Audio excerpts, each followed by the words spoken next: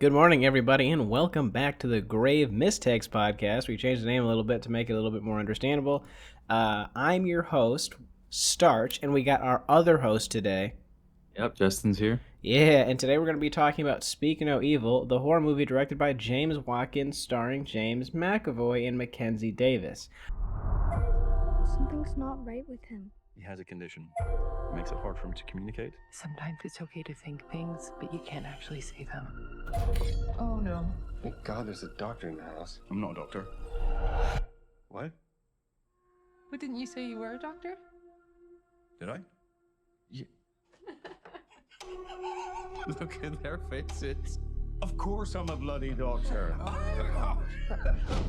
Agnes, why don't you and Aunt show us the dance that you've been working on? What is wrong with you?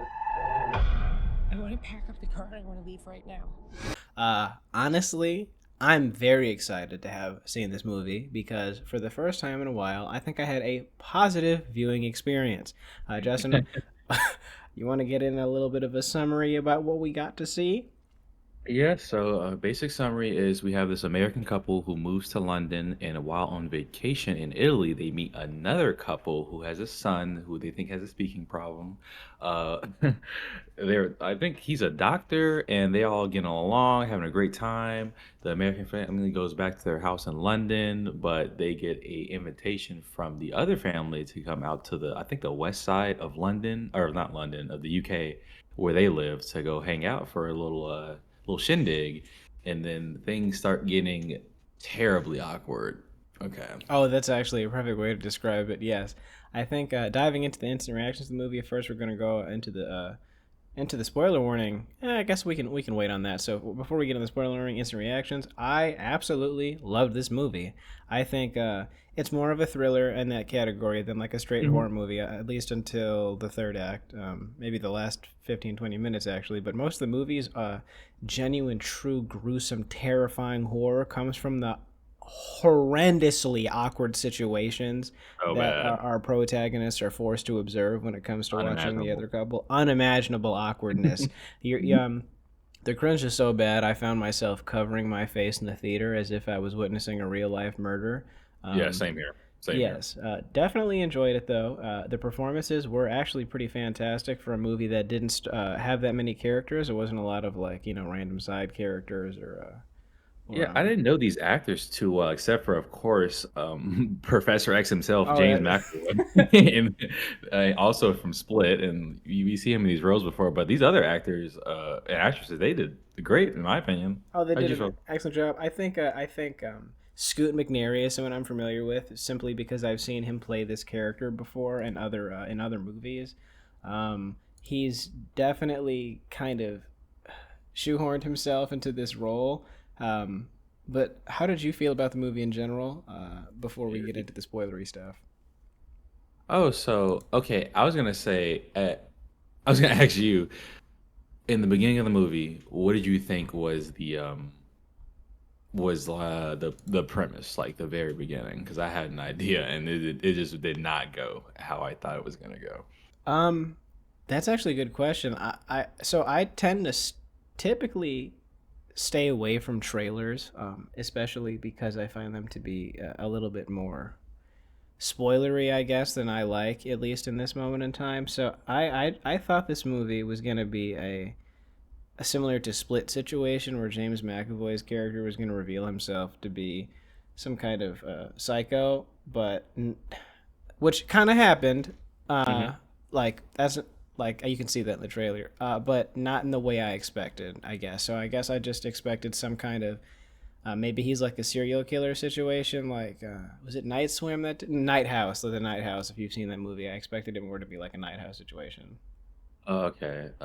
Well, I tried to forget about the trailer, so while I actually watching the movie, I think the first scene is them pulling up to the Italian like getaway where they actually meet the other couple. Yes. And for some reason, we get this shot of them driving in the car, but we see the kid in the back seat through the like rear view glass at the top of the car. Gotcha. And I'm like, is he the evil? Is he controlling them? Is he like driving them crazy or something like that? But Oh, it did not go you had a at all you had what a I thought. full conspiracy theory Yeah, immediately. Okay, the gotcha. dude looks creepy. He like he's not talking, but like I'm like, what is going on? Okay, that's fair. I actually didn't really consider that. And the title of the movie is "Speak No Evil," so there is some voice quality to the movie that I guess you would expect. I completely disregarded the title of the movie. I don't know why. Um, like I was just like, "Speak No Evil." Oh, they talking about evil. I think I relate it too much to "See No Evil" with Kane from the WWE. So I just kind of like I just wasn't there for it. Yeah, I was gonna say like I want to call this movie "See No Evil," like you've been saying for Oh some yeah. reason. Every time I mention this movie to someone else, I change the title. Yeah. I'm like, did y'all get to see No Evil yesterday? Or and they're like, what are you talking about? I'm like, oh yeah, a completely different movie. When it is based off a Danish film, I'm unfamiliar with that one because we didn't see that. But people say there are some stark differences, but for the most part, it is kind of like the same premise. Um, Yes. So it also came up to me. I was thinking, why would they make this? I want to say the other movie is also in English, so a full remake was this needed? I mean, I like the adaptation, but still, that's a good question. I feel like maybe modernizing it like they did in this one makes it more palatable for audiences. I it don't came out in necessarily. 2022. Okay, not you exposing my lack of knowledge and culture. No, okay, so a better explanation would be maybe making it more Euro or American centric. Well, I guess more American centric because Yeah, it that's still probably takes the place case. in Yeah. Europe. Um, I think that would be the case. The other explanation is maybe they felt like they had something more to tell, but I think that's just like a. But I mean, honestly, it kind of worked though. I didn't see the original movie. This one came out in America, and I watched it, so I think it managed to do the trick there. Um, all right, so do you want to dive into like the spoilery section of the movie? Yeah, we can get into it. Okay, so we're getting into a spoiler warning. If you haven't seen Speak No Evil, I suggest you go see it, especially because it's still currently in theaters and it's a good movie. Okay, so we start off like you just said. We're going to Italy, right? This American couple linking up with our European English couple, which is actually kind of funny because they make like the European couple starring James McAvoy. They make fun of a Danish couple, which is actually ironic because the original film is Danish, right? So they're kind of like poking Oh, fun. Yeah, yeah, I didn't think about yeah, that. Yeah. yeah. So they did like a little punch there. So the first scene that comes to mind is when uh, Ben is the name of Scoot McNair's character. When Ben meets Patty, who is James McAvoy's character, they're immediately enticed by their relationship. Like James's character is he's loving on his wife. They've got a kid, and they're the same age as Ben's. So there's like there's this immediate sense of envy you feel from Ben's eyes because he's kind of like, man, like they got it figured out. Like they're young and sexy and like and vibrant and exciting, and then we're over Mhm. here being like exhausted all the time. We basically hate each other, and then they're experiencing some marital issues and Oh, like a frustrations. slight infidelity, right? That's Yes, the yes. I think we find that out later. The fidelity aspect, I think, is like a second or third act reveal. But just in general, it's definitely this crippling sense of this relationship is like hanging on by the fact that they have a daughter alone. Yeah, that's right. Yeah. No, so now we find out that their daughter Agnes is this. She's like 12 years old. She's pretty nice in the story, but we find out she has like crippling anxiety when it happens. So she also carries around the. I forgot the name of the stuffed rabbit, but man. Oh no, it's called the MacGuffin or the Chekhov's rabbit because Oh the yes, only dude. time this thing is used is to progress the plot or to remind you of something else. Well, it happens like it happens the first time in Italy, I want to say, right? Yes. Uh, And after that, we know it's going to happen again at the worst time imaginable. oh Of yeah. course. This rabbit is gonna cause some absolute horseshit reason to draw us back into the nightmare. But so basically in Italy they become friends and then immediately red flags are being thrown, at least in my opinion. Like Patty's like driving around this little moped thing and he's like Oh he's like, no. "Oh, I can take your daughter on a spin if you like." And they're like, this is like that awkward, like you don't want to be weird in front of strangers or rude or anything. They're like, Yeah. I don't know. And then he kind of forces it. Like this is a recurring theme throughout the thing is like he's so good at reading social situations and like gaslighting. So he kind of like manipulates them into thinking it's a good decision. He's like, oh, I guess you're like the fun police or whatever. Haha. Mhm. And then they feel kind of like weird and about it. So they're like, yeah, I'll just put my daughter on this motorcycle with a stranger with no helmet on. Yeah, so it kind of ties into like the end of the movie too. What he says, we can go over that when we get to it, but it's just constant battles that he's winning of making them say yes. He's so good at it, and it gets to a point where they're just in this scenario, and they're wondering how they got there. No, this guy is like the Michael Myers of peer pressure. He doesn't need a knife. He just needs like a an awkward moment and gaslighting to just completely disarm all of the people he interacts with. It's so weird. It is weird, but I think that's why I'm so fascinated with this film is because it's such like a different aspect of culture. Like it's like you're taking social interactions which everyone's experienced and you're kind of breaking them down in this very like obvious way to the audience. When you're in that moment, like when you're sitting there and someone's like like when not someone's not calling you like a loser, making fun of you for not doing something, but they're kind of like subtly implying that you're like weird for not doing it, especially like when they're a stranger and you perceive them highly, you feel obligated to do it. And like everyone's been there, and on the opposite end, everyone's kind of been in the reverse seat, whether on purpose or on accident, where they're kind of like, oh yeah, that's fine, like obviously if you're not comfortable you don't have to do this, but I just thought you were cool or something. You know what I mean? I know what you mean. Yeah. Okay, so after that, the couple becomes friends, and they're like kind of like at first you think it's just kind of like hotel friends, somebody meet on vacation or like cruise friends or something. But they're like, hey, so after this vacation, if you want to come hang out with us on Patty's farm on the west side of England, you can slide. And they go home and have like a horrendous argument, and they're like, this will save our relationship. And also for context, they're both like unemployed. So they pretty much have unlimited time. I thought it was just the wife who was unemployed because they moved to the UK for Ben's job, I want to say. Yeah, and then he gets fired. Oh, dang. Yeah, so they're both unemployed. And so they're like, yeah, you know what? This could like save our happiness. Let's actually take up their offer. So this is where the nightmare begins. They drive out to the West Country, and it's absolutely stunning. A lot of hills, as you would say, because I know as a man of geography you are, what would you call it? Hilly? Hilly, yeah, it's a very hilly area. Just in general, seeing the shots of the West Country and also Italy made me just want to be there. You feel the same way? Oh yeah, I was like, oh yeah, I was like, I totally understand why they decided to stay with complete strangers in the country where no one can hear them. Like, this is an absolutely stunning scene. Yeah.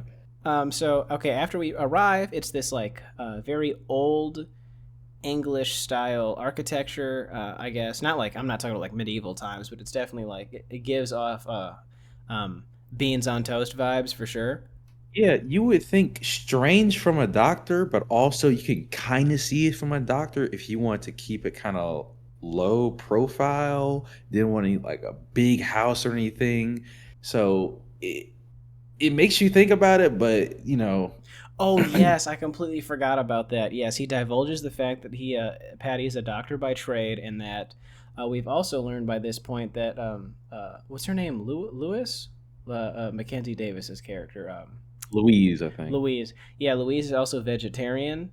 Oh, Yes, I know. Yeah, and so and there's already been some like weird pushback about her vegetarianism, but it gets more serious. So they move in, and then there's still kind of tension between this couple, because Louise is kind of complaining about the state of the bed sheets, how there's stains on it. Which, by the way, this is like horror. Like this idea terrifies me. So there's like subtle implications of what's been going on. So like there's like these stains on the bed sheets and stuff.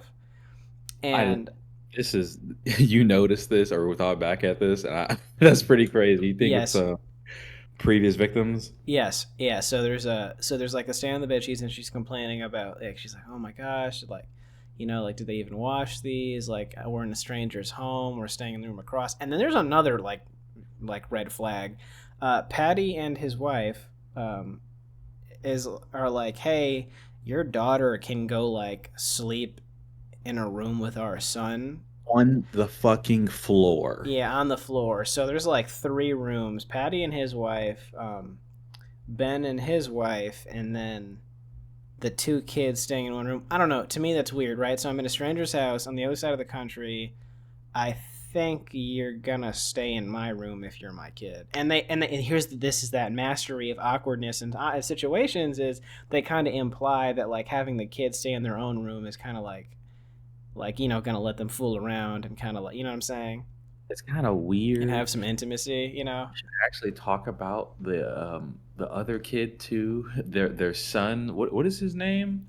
Dalton. Oh no, Ant. Oh. Ant. I don't know why I Oh, said Dalton. Ant. Yeah, Ant. So Ant is this I'm so bad with ages nowadays. I cannot tell you what is what. I think gonna- he's like 7. Wait, no, 8 or Yeah, 10. I'll go between 7 and 10 years old. I feel like that's sufficient. He's got to be like 10. He is this mute because he quote unquote has a smaller tongue because of a birth defect, allowing him just inability to communicate through his mouth. Yes. Besides going, like stuff, Yes. noises like that. But They pass it off after as watching- shyness too. yeah, they do, don't they? Because I think he can actually say some words. According to them, yeah. Yeah. But after the movie, like after the ending, you go back. It's kind of strange that he's this kid. They're in the UK. He loves American football. Wait, Isn't that kind of strange? It's kind of a giveaway. wait, shit, really? I didn't even notice that. So wait, is he like watching football in the background or something all the time? Or Oh, like- so like even when I was watching the trailers, I see his jersey. That looks like a Bills jersey to me, like the Buffalo Bills. And then football, that's just not a UK thing. Like they like soccer. Wait, you're actually so smart. That is such an amazing detail that I just completely omitted from my memory. I had no Oh, idea. yeah. Maybe this he's not from there. Let's just say for right now. I'm gonna be really honest. I'm so bad at that. I'm like, all of these people are pale skin, therefore they're all from the same like country. Like I never considered like the cultural differences outside of some gaslighting that occurs later. But that's really smart. Okay, yes. So Ant's got his tongue cut out. Shit, that's a spoiler. Anyway, yeah. So we find out later that his tongue is actually cut out of his mouth, and he's not shy. He's actually yeah. We'll get to that part. But in any case, so. They finally settle in and get a little bit more comfortable, and then they're like, hey, like, we'd like to cook for you tonight. And you're like, oh, okay, there's no way this is gonna go like perfect, but like you don't expect it to go terrible because by this point Patty's a pretty cool dude, like we're gonna hang out, we're gonna have such a lovely time together. And so they immediately serve and cook it's some kind of bird. The name, like their golden hen, right? They yes. killed just for them. Oh, that was Yes. I can't do it. So like, to someone who already identifies as a vegetarian, right? They butcher and murder a farm animal, which is completely like reasonable. That happens all the time. But I don't know why you're making it sound so bad. no, because from the perspective of the vegetarian, right? Because okay, they asked her like previously like why she's vegetarian, and she said animal rights and because of the environment and because of like personal choice, Right. So when you give it a name, like when I forgot what the name of the animal was, but they gave it a name, butchered it, and then served it. And like the way it's shot, like cinematography wise, which is why this movie is like so thorough to me, is they shoot it like it's a carcass, if that makes sense, and not like food. Like it looks good, but I feel like the camera angle and like the audio and the way it's shot makes it seem like what's being served is not food, it's something horrendous. Like it's like the audience and We were like, just getting it from her POV. yeah, like Louise see it as like this fucked up thing, and you're like, oh my god, like you're kind of cringing because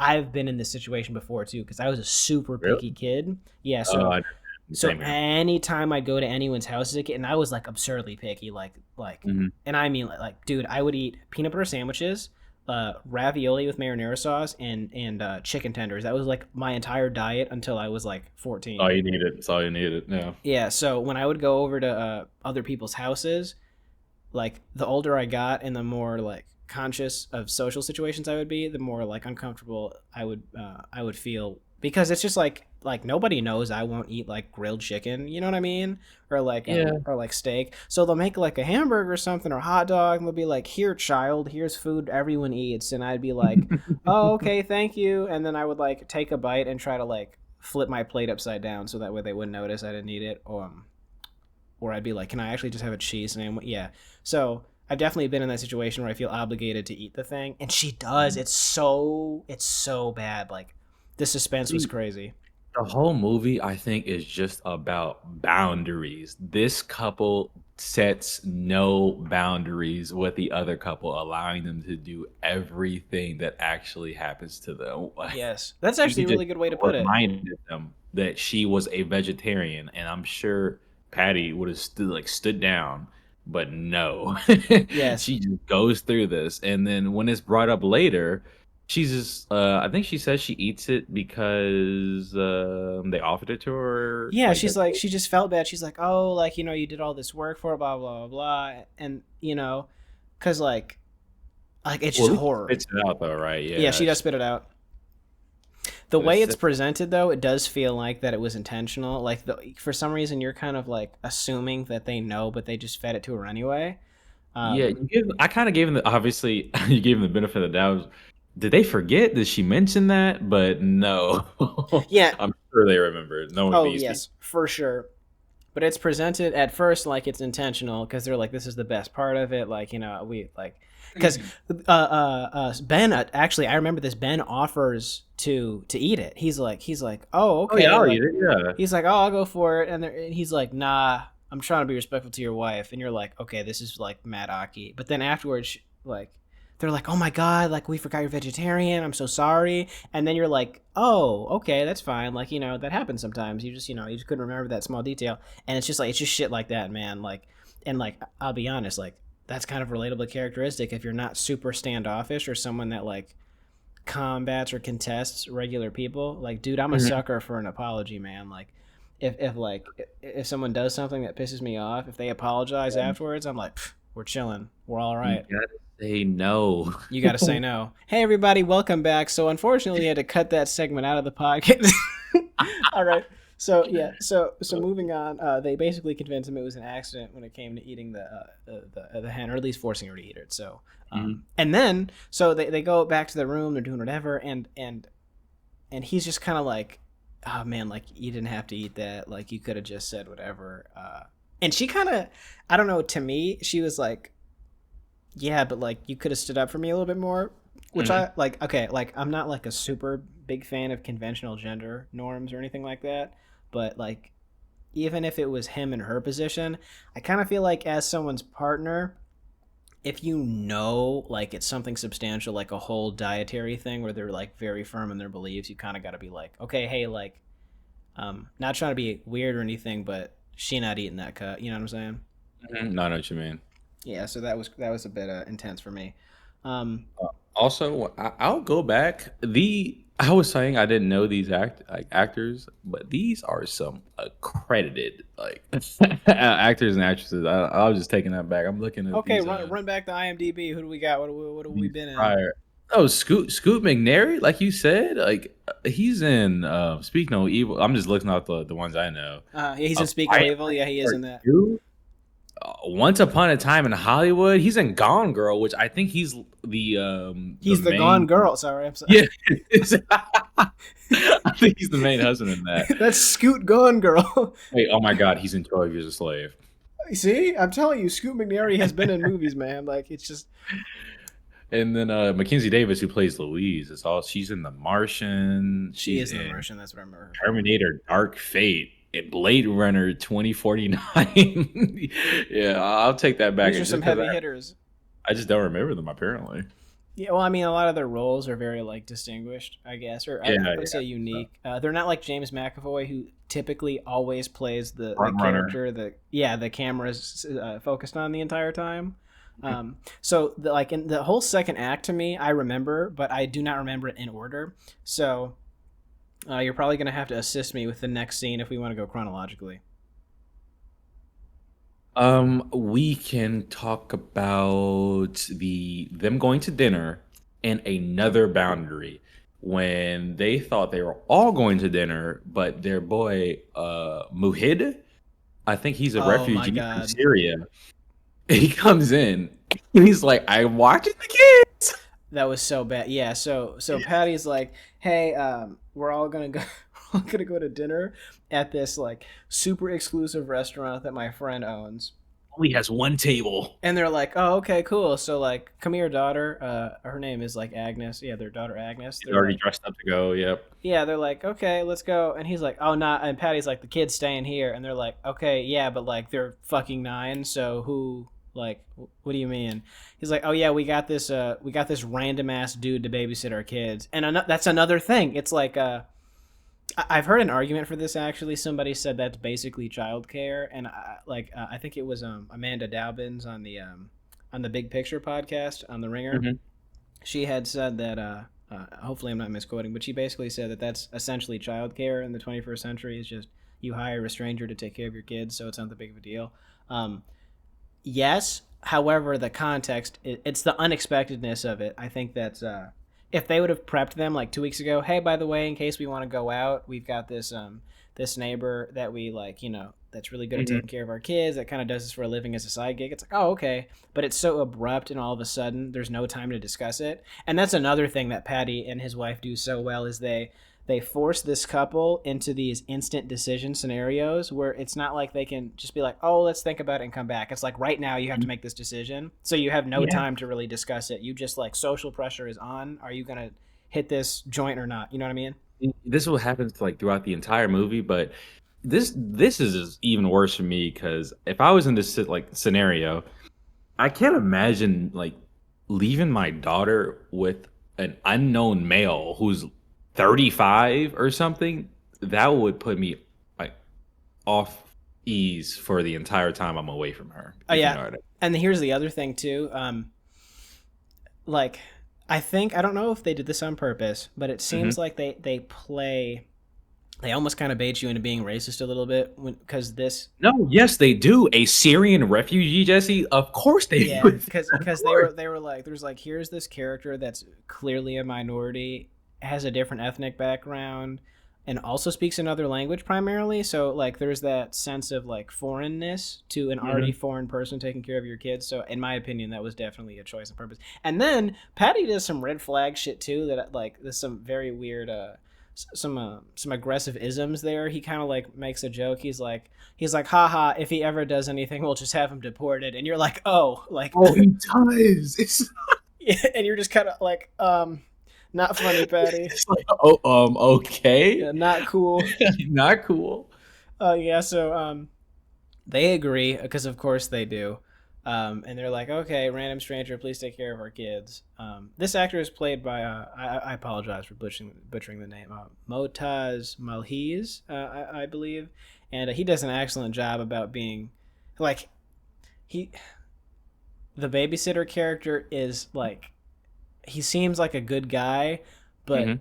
barely beating the threshold of seeming like a regular dude. You know what I mean? He's just doing barely enough with his like facial reactions to seem like a regular person, so you're still sketched out about him, you know?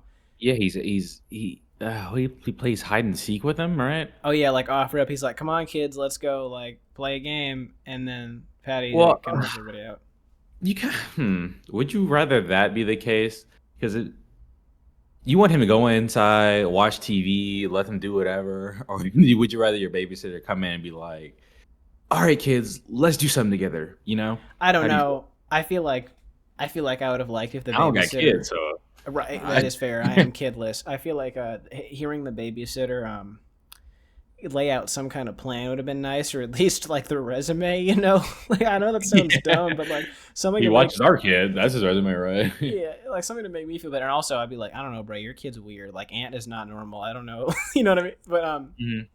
so yeah, so they go to dinner, and then we get the very interesting hide and seek scene, which is one of our first tip offs to this is not just like a nightmare scenario, but like a house of horrors. So during hide and seek, Ant's kind of a genius. He's like, he's running around and he gets Agnes's attention and brings her into Patty's room and shows her the watch because he can't speak. So he just shows her like his watch collection, and on the back of it you see like an engraving. I don't remember what the engraving says, but I do remember it being like happy 40th something like that, some indication. But which I remember the gears were turning in my head because I was like, Patty is clearly not the age of whatever this says on the watch. So my dumbass went immediately to some supernatural magic shit. I was like, oh duh, Patty's like Dracula. He's just been alive for 200 years. That was my first theory. Yeah, that was my first theory of what was going on. I was like, this guy drinks the blood of the innocent and has lived for 620 years.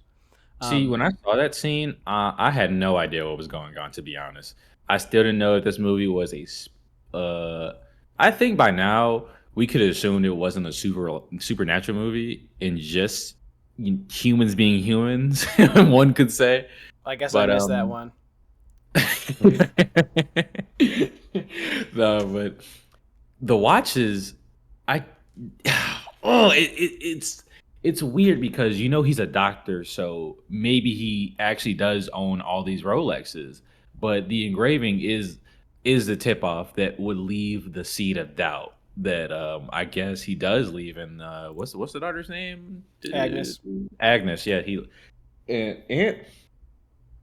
and for what he was given, that man can play hard. Oh yeah, he was dropping hints. Like if you were a 45-year-old detective from like New York in the 1980s, you would have solved the case. Unfortunately, Agnes is fucking 12 and has absolutely no idea what this watch means. I mean, he's doing his best. He's doing his best. Yeah, he's just ahead of the game. So yeah, then the babysitter comes, to like find them, so they have to go hide. But Ant's like, he's pissed off, right? He's like, God damn it. So we cut back to Patty and Ben at the restaurant, and they're setting everything up. And honestly, Justin, this restaurant, I was like, this is a dream come true.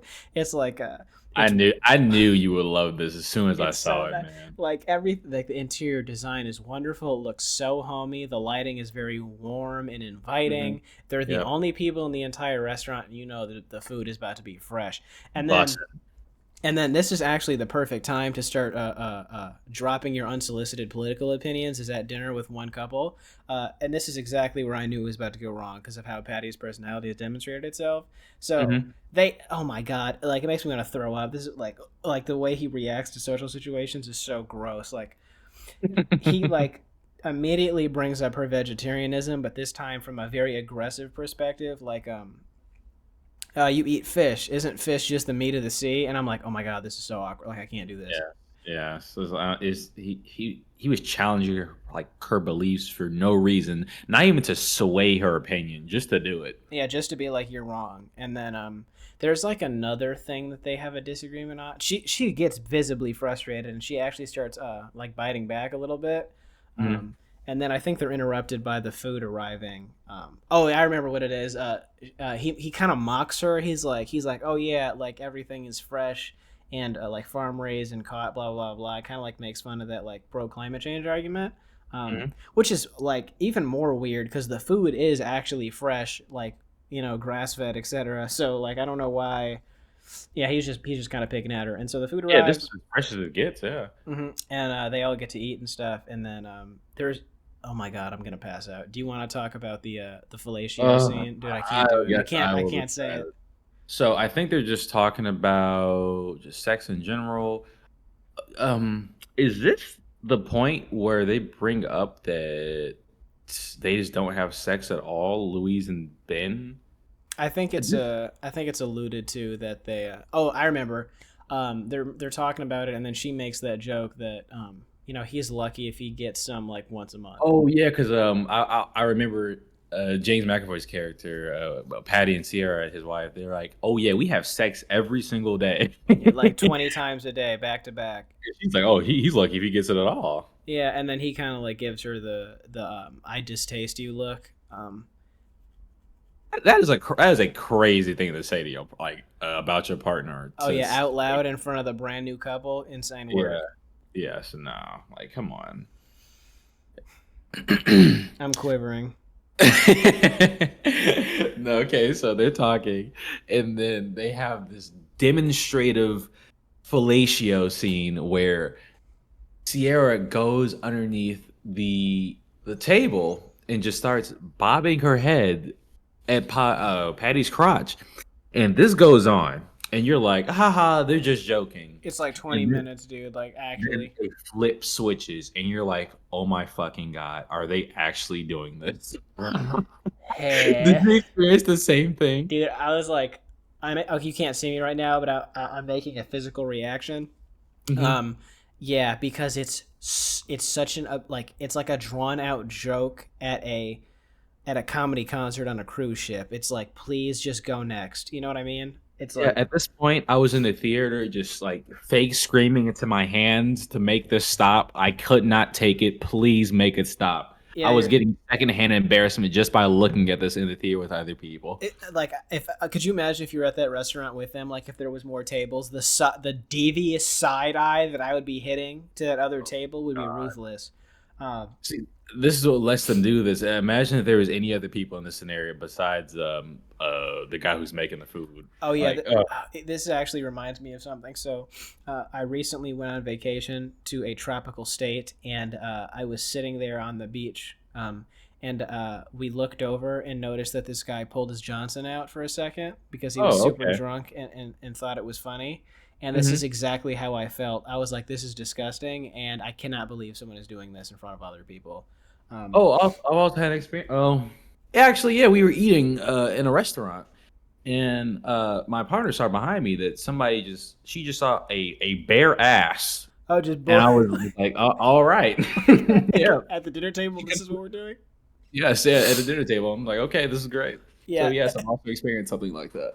Yeah, so this is but they do a bell curve thing. So it's like, haha, this is funny. They're doing a bit. Oh my god, she's actually doing it. Please get me out of here. And then he goes, I'm just kidding. We would never do that. Could you imagine? And you're like, oh, They just haha. started laughing. Ha ha ha ha ha. But please, they do this so much. They Yeah. joke so much. It's like classic Patty, like king of edgy humor. And Post the classic line. Sierra just giving the suck underneath the coffee Yeah. table, So we finish the meal, and we also meet. I think is this Mike? Is this Mike? I don't know. Yeah, this is Mike. This is Mike. Yeah, so they're kind of friends with this. Patty's Yeah, friends. with Mike's this a chip chef. off the old block. Chip Yeah, off the classic countryman. yeah, he's the one that owns this fine establishment they're eating at right now. Yeah, and you kind of get a vibe from Mike that he was definitely a road man back in his day. A real thug, a real hitter. So you're kinda Vagabond, like, yeah. It's a vagabond.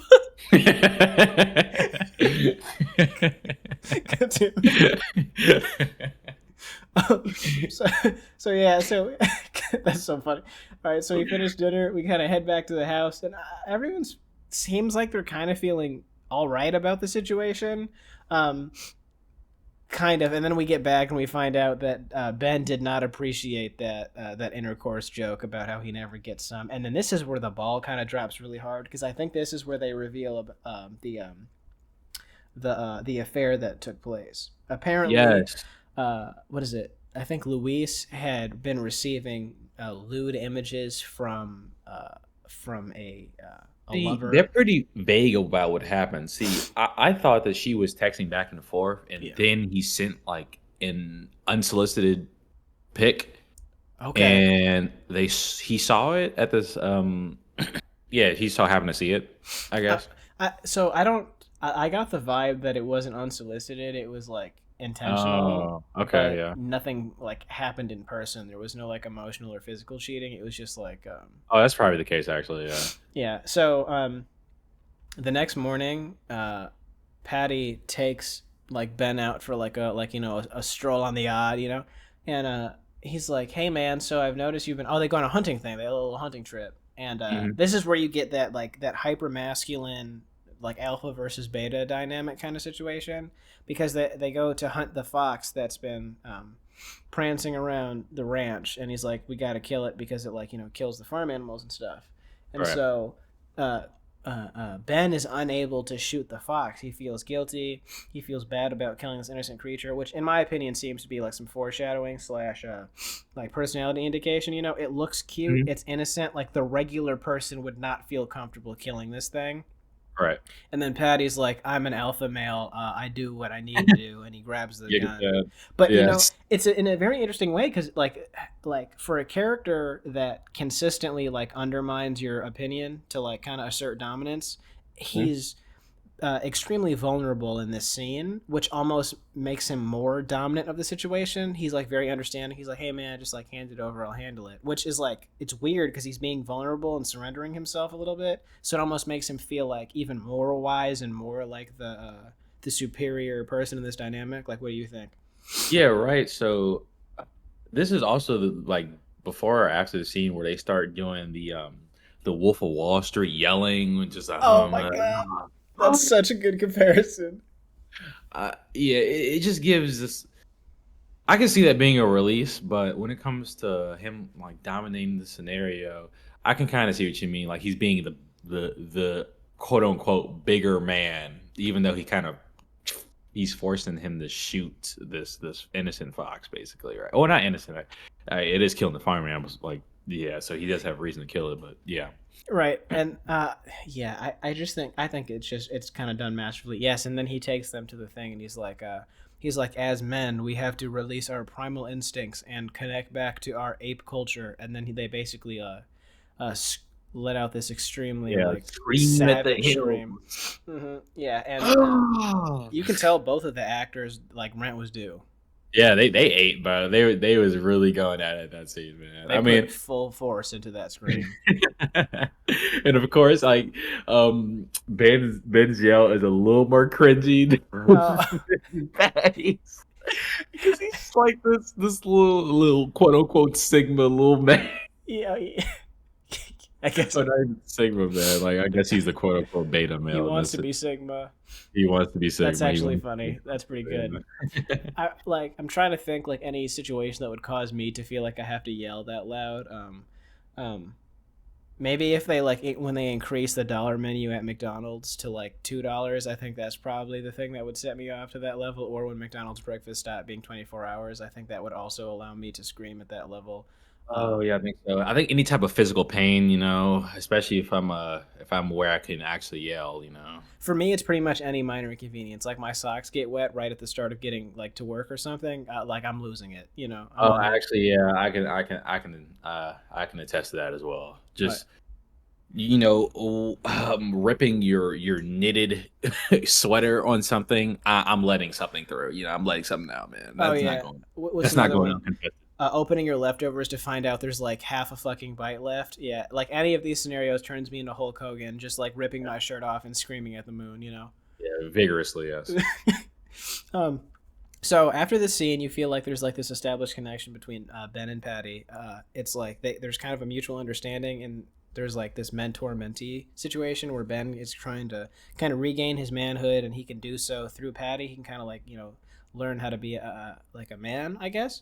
Mm-hmm. So when they return back to the house, you're kind of on a positive footing, and then I think this is kind of where we start to deep dive into madness. So it kind of happens overnight because they go to sleep, and Louise wakes up, and she goes to go check on her daughter, Agnes. She goes up to the attic where they sleep, and they're not there. Aunt Hers not there. So when you saw that, I'm like, oh, they must be Aunt's trying to show her something, maybe. Yes. Or they're just walking around at night in the woods together because for some reason they have a pretty tight bond, even before, like when they were in Italy. But Louise then finds them in the bed of Patty and Sierra. And she picks up. I gotta admit, this lady, she's taller than her husband Ben. She's a little skinny, but she picks up this 12-year-old daughter like it's nothing. She kicks into her mom instincts, and she's like, Ben, we got to go now. I remember when I saw that scene, my heart sunk a little bit because it's just like you see it from the perspective of Louise. So you have no context. All you know is that your daughter is sleeping in a bed with this fucking stranger couple and their son. That's it. There's like, it's not like she's missing clothing or anything. They're just sleeping in the same bed, and it's like, oh my god. Only thing that saved it from being any worse was her being on the side of Sierra and not next to Patty. Oh my god! Like I could not imagine if that was the it would have been a triple homicide. Yeah, it'd been over. She would have killed him there, honestly. So they make this is that get out moment. This is that like I'm not gonna lie, if there was some brothers in the movie, first of all, everybody would have left immediately. Yeah. Like there would have been like there's so many moments, but this is like the okay, that's the last straw. We're getting the fuck out. So they hop in their Tesla, which is hilarious, by the way, just because like the Tesla is like the anti-representation of Patty. So in all the sense. So they hop in it, and this is when you're like, oh, the car's not going to start. Oh, there's going to be a nail in the tire. Oh, like there's going to be a car bomb. Something to stop them from leaving. They get in the car, they drive halfway down the road, and then here's the goddamn bunny situation where she starts having a panic attack because they left their bunny at the house, and he actually turns the fucking car around. And this is that new parenting shit that I just wouldn't be able to get behind. I'd be like, it's time to learn a lesson. Like, we got to go. We have to leave. We have to leave. It's like, oh my god, my butt, tough. I'm just gonna it's gonna work better. Anxiety meds. We're going home. So yeah, they turn the fuck around. They get there, and then I can't remember. He doesn't go in alone. No, they like all go in. At first he goes in alone, and then Louise then goes in. And they leave the daughter in the car. Oh yeah, because they're taking forever. Yeah. And then by this point, Patty and Sierra are awake, and he's like, "What the fuck? Like don't you think that's kind of like rude?" And then I'm not gonna lie, Louise, she steps up, and like because Ben by this point is still like very silent, can't really stand up for himself or his family. Louise is like, "Nah, I'm gonna keep it 100, but I woke up and my goddamn daughter is sleeping in your bed. That shit is weird for real." Their own business, bro, for real. Like that is very weird. She said, we get disgusting, heartfelt.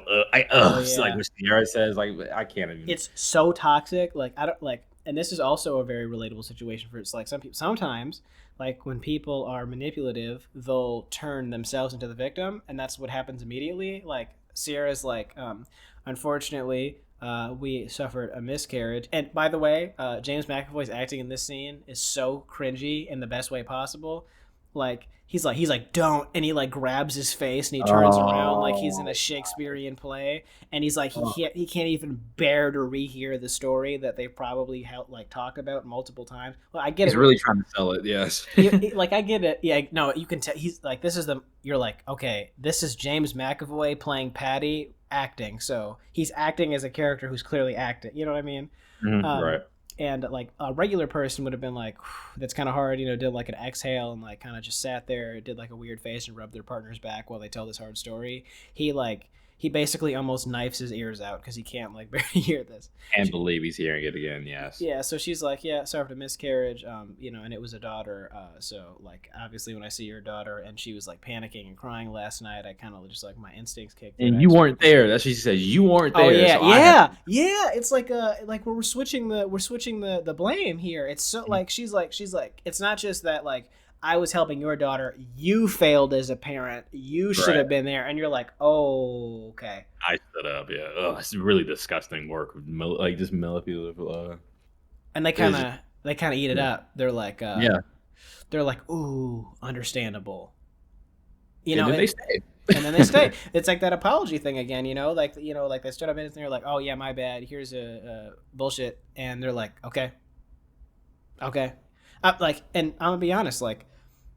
It's crazy. Like this is an exaggerated version, but I feel like everyone experiences this on like small, like micro levels. Like a good example would be like if you ordered a burger, and they brought you a chicken sandwich, and you like chicken sandwiches, and you just go, "This is fine." Totally different scenario than like obviously like this because this is like a breach of bounds. But it's like taking those moments where you either don't stand up for yourself or you just take it, which is fine. Like I get it. Like at a restaurant, that's completely like the stakes are totally like different scenario. But it's just like this is the worst case scenario when you don't stand up for yourself.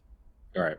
And then so then is this where we get? Oh my! This is the reveal, isn't it? This is like, don't we get the reveal after this? So we get the whole scene of where Aunt and we don't have to cover this like for too long, but Aunt and Patty. They make this little dance, little cowboy dance, and they're outside this having a is little the picnic. dance. And they're going and they're doing it, and ants do pretty well. I mean, they're kids, so they're having fun. He's Louise not. is He's not doing pretty well. But okay. Okay, Louise. Okay, Patty. This is No, what no, you're saying. please, no. Louise realizes that they're just children having fun, doing a little dance routine, and it's not graded. It doesn't have to be perfect. Like, and Patty is freaking out every time Ant messes up. He's yelling So at him. bad. By the end, he's throwing something at him, and it is another tough scene to watch. Bro, And it's so bad. It's so Louise bad. is like, "Can you please stop? He's a child." Yes, bro. It is like it's just kids trying to show you their little TikTok dance, and then Patty's like, "This is art, right? Yeah. We're in the Mhm. big time. Like Ant, why can't you like stay on rhythm?" And you're like, "Oh my god!" Like, when you were a kid, did you ever witness someone get parented? Like, did you ever see your homie get a whipping at the sleepover or something like that? Mm, This is man. like the same vibe, like I think so. Yeah, just like just straight up getting the I wouldn't say assaulted. No, this is definitely this is child abuse for sure. But Uh-huh. it's just like it's like the same feeling as a bystander, but the difference is it's like you're at the sleepover, right? And Right. your friend at their house, they got a rule, like a very specific one you don't have at your house, you know? Like maybe they can't bring food upstairs, you know what I mean?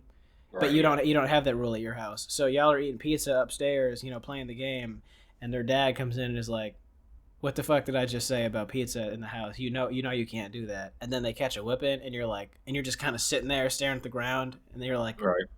"I don't know, bro. It's just pizza in the room, you know." Mm-hmm. And then like Patty, bro, like he's overreacted, like it's so bad. Yeah, so it's definitely like there's a bit of a content warning moment there for sure. If like Oh yeah. because I didn't think about that. I think they play that scene too well. Not Too like well. Too well. because It's just the if you have progression. like repressed memories of stuff slightly close in your past, if that happened to you or somebody else around you, like you might get triggered from it, honestly. Yeah, especially because like the progression is it's not like immediate like craziness like before. If this was like a 1995 like prestige TV episode, the dad would walk in with like a tank top and a belt in his hand, and you'd be like, Mhm. okay, I know what's about to happen. But this one's like he yells at him at first, and then he starts getting a little bit more physical, and you're like, oh my god. And like obviously for this by this point, Ben and Louise kind of can't hang with Patty being like this anymore because it's a kid, so it's a little different. They're not protecting themselves; they're protecting a child. So Mhm. they're like, dude, you're overreacting. You need to chill. This is absurd. And by this point, they're all drunk. By the way, they started drinking Patty's like moonshine, like apple crisp cider IPA that he makes at home. Mhm. And so Patty's like, oh, okay, I'll just go sleep it off or whatever. And Yeah, he and falls asleep, and then we finally get some separation. yes, And we get the scene finally where everything comes together, where Ant separates away. Oh my god, the scene where he's grabbing the keys from for Patty, Patty. it's like He was a sleeping. it's like a Shrek or something. Like it sounds so dumb, but like when the character has to retrieve something from a sleeping dragon or a sleeping bear or something, it's like that. Yeah, exactly. He gets the keys. He gets Agnes. I think they go into the farm, and there's a secret shelter with a lock on it. Open the lock, go down, and we find out that there's just it's just luggage and shoes and clothes from previous victims of where they lure a family with a child to this place.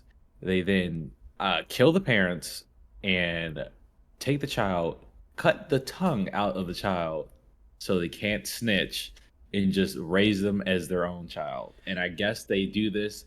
And then there's the implication where they also kill the child as well, right? Yes, there's so many layers. Like this is like the serial killer discovery. Like if you were hanging out with your homie for 12 years and then you like accidentally found their trophy collection for all their victims. So they're flipping through this photo album, and that's how the reveal takes place. Because at first, Oh yeah. I'm confused. I'm like, okay, so there's Mhm. clearly victims, and they clearly kill other couples, but the true sinister nature of it like comes as they're flipping through the pages. It's like, here's me and my parents, and then you're like, oh, that's the watch owner. Like his dad was the guy who owned that watch they saw earlier. Right. Yep. And you're like, okay, so he was taken from his family, but they keep flipping, and it gets more and more sinister because you're like, wait, I'm pretty sure, if I remember correctly, I could be completely wrong on this, but I'm pretty sure Sierra's picture is in one of the frames too. So Oh, what?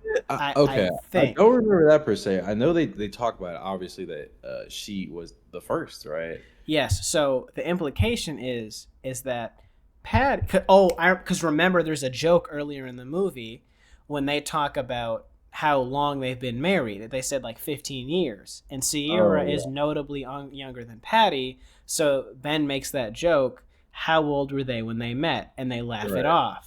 So Right. Yeah.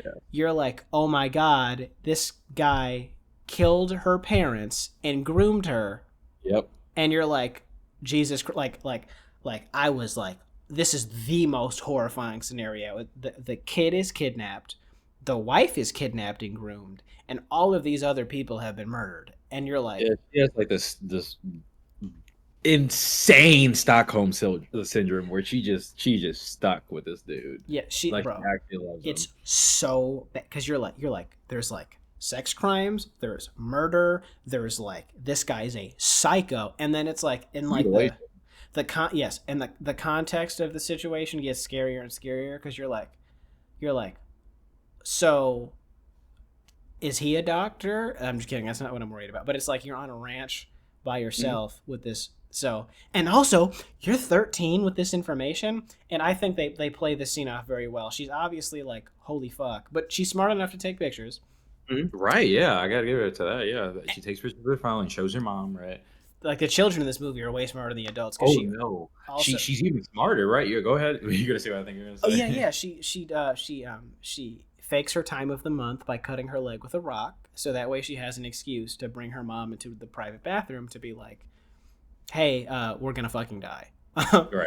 So I'm not gonna lie, the reason this scene was also peak was because this is the moment where the parent doesn't believe the child, but she was like, I have the fucking receipts, bitch, and then opens her camera roll and is like, look at this, and then the mom is like, oh my god.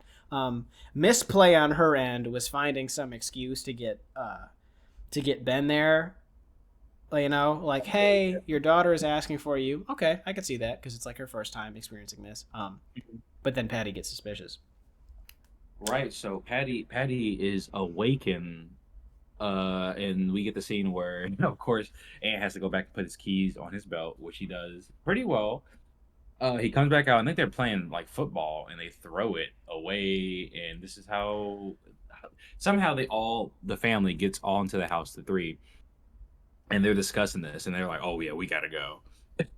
Yes. And what they're like, "Oh yeah, we gotta leave now." And I'm kind of speeding this up, but like, don't they make it to the car and they're driving off? They're like, "Hey, Aunt, can you open up the gate for us?" And Patty's like, "Oh, no problem." It uses the remote switch to Oh, open yeah. up the gate. That was pretty funny. I think, honestly, I gotta give him to that. Yeah, so basically, you're right. So they get to the car and all that stuff. Oh, yeah, that's right. She grabs the box cutter. Yeah, so she grabs the box cutter, and then her daughter, they're like, no, it's okay. Daughter of mine, you can overreact and be sad. It actually makes sense in this scenario. But me and your dad have to lock in. And Ben's like, I don't know if I could do it. And she's like, man, the fuck up. God damn it. We have to get out of here. And they're like, Yes. okay, bet. So they have to, like, pretend like He's like, everything is also, cool. I'm drunk. I'm drunk because they've been Oh, drinking. yes. So they have to convince Patty and them that they're leaving because, Agnes is just too uncomfortable, so they got to skedaddle back home. It would make her more Right. comfortable. Not a terrible excuse to leave. I've definitely found worse excuses to get the fuck out of a social situation. But the problem is they just sell it so horribly. Like, they just so obviously are trying, they're like afraid. I think there's a moment that sells it. Oh, yes, when Patty, like, reaches over to, like I don't know, like pat like Agnes or like like provide her comfort, she flinches, and then he's like, something ain't right. You know what I mean? Yeah. And also there's very subtle hints that like something's going on. Like he finds that his watch has been rotated differently than he usually has it. So like somebody found the watch, and then he runs out to the barn and sees that the hay isn't perfectly placed on top of it anymore. So he's Batman. He's Yeah, noticing he is this putting this together. the subtle details, which is really nice, honestly, for like the audience to see. Because a lot of time movies will just like imply that everyone has like perfect knowledge of the situation, but you can see how he learns that they found out. He doesn't just know. So they get to the car, and then yep, he hits the remote start on the gate, and Well, we get the I forgot we get the scene where what about the bunny? And the bunny is on top of a roof. oh, just Just someone impaled. obviously threw up there. Yeah. It was so staged. It was like embarrassing how like obvious it And we get was. Patty holding the ladder while Ben goes up. I Yes, was really scared right there, but surprisingly, nothing goes bad. He comes back down, but they build no, so much suspense in this moment because like the mhm, veil of like we're the killers and you're the unsuspecting victims is at the thinnest it's ever been. It's pretty right. much like both parties pretending like they don't know. um, and so like there's the ladder scene, and then there's the scene where they go into the tool shed, and this is where like and this is a very interesting moment because you can tell Patty does this on purpose. When they go into the shed, he like basically walks into like an arsenal of weaponry, and he's facing the other direction, and it's a test. It's like a Indiana Jones Grail Knight test where it's like, are you going to kind of buck up and pick up this weapon and fight Patty to the death right now to save your family, or are you just gonna like, are you too afraid? You know what I mean? Hmm. Because he's standing next to like four ball peen hammers, Yeah, you know, yeah, I know what you mean. and he doesn't try to like pick one up and hide it. He doesn't try to just like donk him on the head right there. It's a test, and you can tell that like from that Patty knows, oh, I can continue to like play this advantage game. So they go back, they fix the tire because of course now there's finally a hole in the tire, and they fix it. And then you're like, I was confused. I don't know about you, but I was like, did they really just let them go? You know? Yeah, I was thinking the same. Yeah, I mean, you can wonder this entire movie, why are they doing this? Why didn't they just kill them immediately, or just make them transfer their money right now when they got to the farm? But no, it's just. Does he get something from this? Yes, and so yes, that's an exact moment. And then yeah, they start driving away, and then out of the rearview mirror they see Patty just chuck Amp into the lake, and he starts drowning. And then like this is a valid reason to turn around. Yeah, Ben gets out the car, jumps in the water without thinking. Like he just goes straight at it. And I got it. After dealing with his ass the entire movie, this is the first time I'm like, oh, okay, he really on that. Yes, this is a Ben is now the hero moment. And so yep, they get him out of the water, and then they're like, haha, like the wool has been pulled over your eyes. Yes, we kill people. And they've got like barrel shotguns, and you find out he's not a doctor. This is actually how they just make money. They basically kidnap unsuspecting vacation friends and then force them to transfer all their money. And oh my God, is Ben rich and Louise? They have like $200K in savings just sitting in Right. their bank account. By the way, Hmm. this was crazy to me. They were like, "Yeah, we're gonna have you wire it in 2 weeks." Like, there's some like bullshit explanation of how they never get caught for this, and I'm like, that's absurd. There's absolutely no way an investigation wouldn't get prompted if someone withdrew. Oh, but I think they do like, what is it, like scheduled withdrawals over time, so maybe that's a little bit different. Yeah. But yeah, I was like, okay, whatever, sure. So they managed to how do they manage to knock him out? They like, don't they inject him with something? How do they get the upper hand here? Like, how do they escape the clutches of death? Oh, okay. So yeah, of course we have this whole battle at the house. We can go pretty fast with it. Battle at the house. It is Sierra, Patty, and Mike versus Yes. the everybody, including Anna, who's on their side. They're inside the house and they're fighting, and they're actually killing them. Yeah, I forgot about that. So yeah, there's a scene where right before this all kicks off, and there's the hole in the tire bullshit. Patty's on the phone, and I immediately knew what this means because I've seen horror movies before. I was like, oh, they're calling someone to pull up. So yeah, get in the house, start fighting, and then this is the actual horror movie moment. It's a was it 2v2 scenario basically. Hmm. So she gets the acid, sprays Patty with it. Smacks him on the noggin a couple times with the shit. Sierra off a roof when they're trying to escape up there, and she falls, hits. I think she probably just dies on impact, honestly. Yeah, she does. Yeah, Ben grabs the hammer and tries to kill Mike, misses, and then Louise comes in clutch, stabs Bro in the noggin.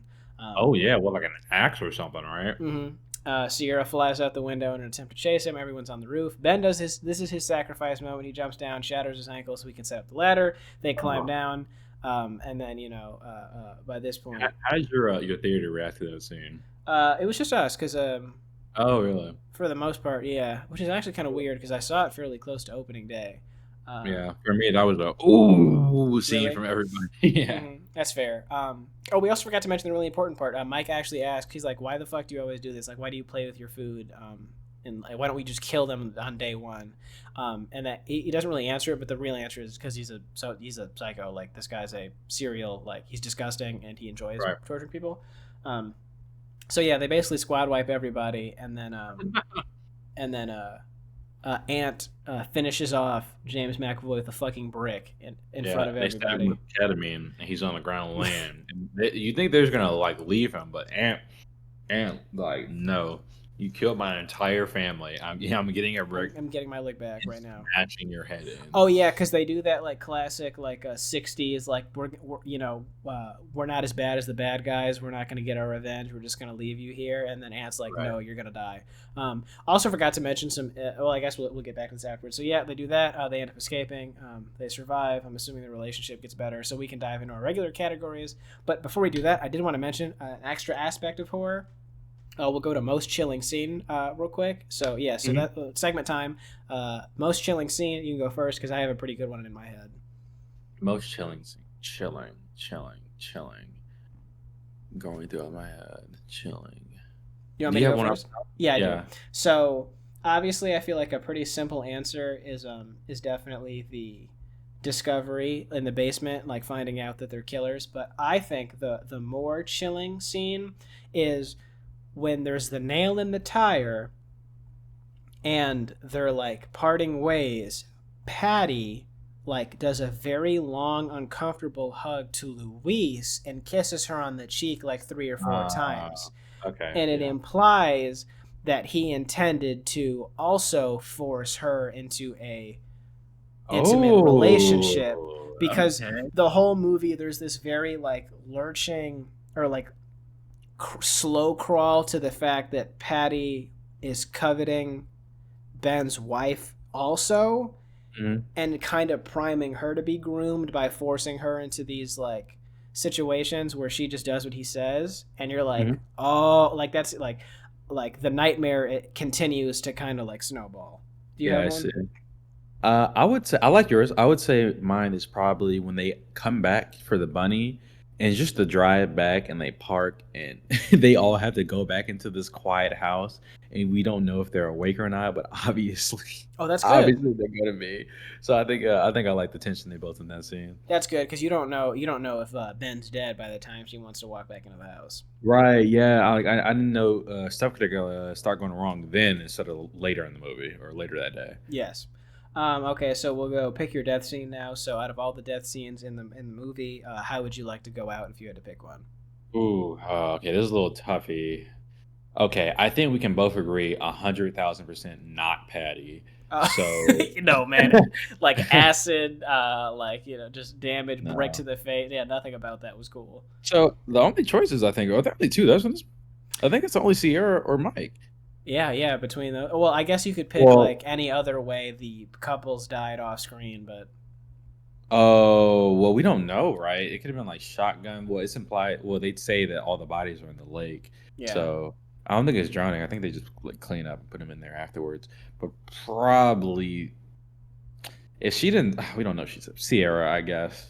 Yeah, that would probably be the only way. That's pretty instantaneous, and she doesn't really suffer any other damage before that, so I'm taking Sierra too. That one's not super hard. Right. We'll go grave. Oh yeah, grave mistake. Yeah, name of the podcast. So for those of you who don't know, essentially, this is the worst decision in the movie that leads to the worst outcome. So the mistake that leads to like either a desolate end of someone's life. If that even applies to that sentence, or just like a horrible situation in general. Do you have one? Yes. So there are so many points of failure in this story. It just one time they could have did something where nothing else would have happened. Yes. But the worst of all, I know it's hard, isn't it? Gosh. Yeah, it really is. For I mean, the me, easiest one to say would be obviously her leaving the bunny, but we yes. don't know if someone could have took the bunny, just in case. But yeah, that has to be Yeah, turning the around bad for the bunny is fucking ridiculous. Like that was the yeah. worst decision in the movie. It was that moment where the audience is screaming at the main character. Like obviously there's a lot of those, but they're pretty subtle. This one is Mhm. the most like ridiculous example of it just being like if you don't leave that stuffed animal and drive away. So uh, criticisms. So nitpicking time. What are the little things you want to nitpick? Okay, yeah. So the only one I have was like with the trailers, of course, like trailers are trailers. But this one I saw a lot. Every movie I went to, just in the movie theaters, this trailer would play, and just YouTube videos, this trailer would play. And the one scene they decided to add in the trailer was the one where Ant is fake cutting out his tongue to imply to Agnes that they cut out his tongue. Why was that in the trailer? That's the Wow. only problem I have with this movie. I was so pissed off when I saw that scene because I was like, "Oh my god, I saw this in the trailer." This like I It obviously basically it takes like the whole suspense like mystery out of yes. it away, which I mean like it's very clear that Patty is eventually going to have like nefarious intentions, but like that is actually a significant reveal. So I don't remember that for the trailer because again I don't really watch trailers like that, but yes, if I saw the trailer that would be pretty annoying. I guess like other little nitpicks I have is just like it's just like the character is not just simply reacting as aggressively as they should Mhm. to Patty being standoffish, but he plays it off really well, so that's not really a nitpick. Yeah, no, that's fair. Maybe just like the overall strategy of killing these like that's a very specific like robbing situation to lower like that's a lot of work, man. Like Mhm. to like make friends with someone in another country, then you have to convince them to come to your estate. Like I guess it's almost like perfect because it's so niche, it doesn't happen so often, so you probably have like Exactly. but it's just like I don't know, brother. Like I feel like there's better schemes to rob people. Like just start skimming cards. You know what I mean? Yeah, yeah. It's like he just does this for Like the thrill of the hunt, honestly. yeah, he's clearly like a serial killer, like using like robbery as like a technique to get more licks. But like when they're at the restaurant, and Mike should have just like murdered them. So I guess like Mike's willingness to be an accomplice to this absolute like horrible methodology for robbery, I think would be my biggest nitpick. Um, you know what we forgot to talk about? We forgot to mention the strangers quote of the movie when he's asked like why he's doing this to them, and he says because you let Oh me. yeah, yeah. Because they literally did everything he asked that they did basically. And that's I think the true horror of the movie. Representation station. So how is the representation in this movie, and would it benefit from more? Sero. I'm not sure if they were any at the Italian Tuscany village, but yeah, I mean, it's fine, I guess. I mean, not every story needs it, but yeah. Yeah, the Sero. one. What's his name? The babysitter is the only example of Oh, minority he's the character, yeah, and they right. make a racist joke about him immediately. So I will say, this is interesting because this is not necessarily a lack of diversity movie because it's not supposed to be. This is like a white European and American couple doing some white shit. You know what I Mhm. mean? Yeah. So I don't give the representation. I'll give the representation score.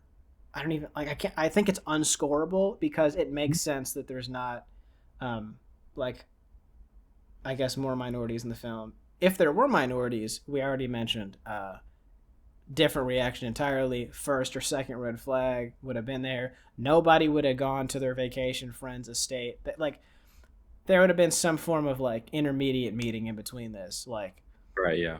a group FaceTime call, lunch together at a public place. You know, it wouldn't have jumped so aggressively to them just staying at the strangers' houses. What do you think for representation station and any other follow ups I on mean, that? for as condensed as like the story and the cast was, like this is fine. I mean, of course, another couple is going to be another couple, and it's just them on the farm. This is okay. Like I don't really have too many problems with it. Okay.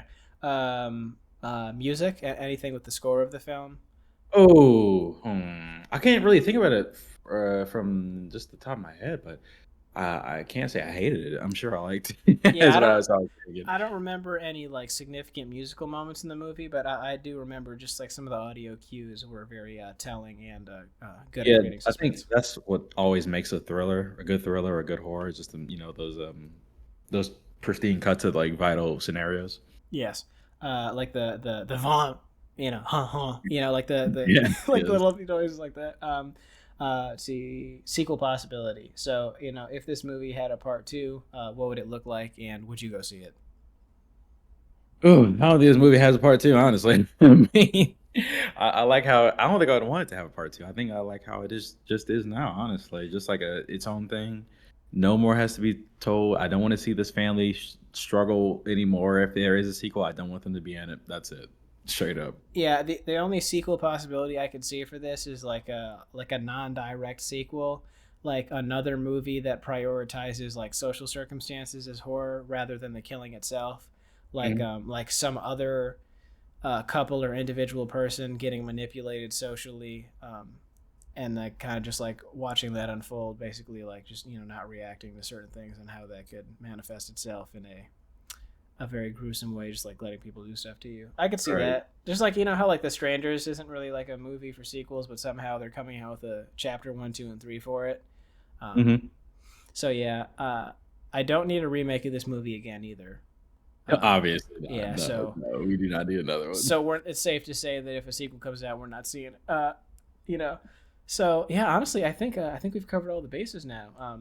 Yeah. Anything else you got for this one? No, I don't think we're ready to score. Yeah, I think we're ready to score. All right, so scale of 1 to 10. What are you throwing out here? I think this is at least an 8.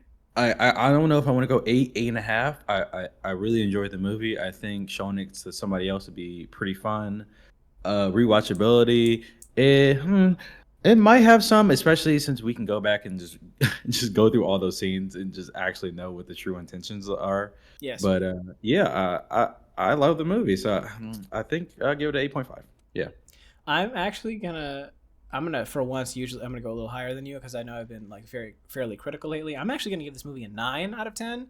I just absolutely loved how they turned gaslighting and peer pressure into like a weapon of horror. That's totally fresh and new for me. I have not seen that before.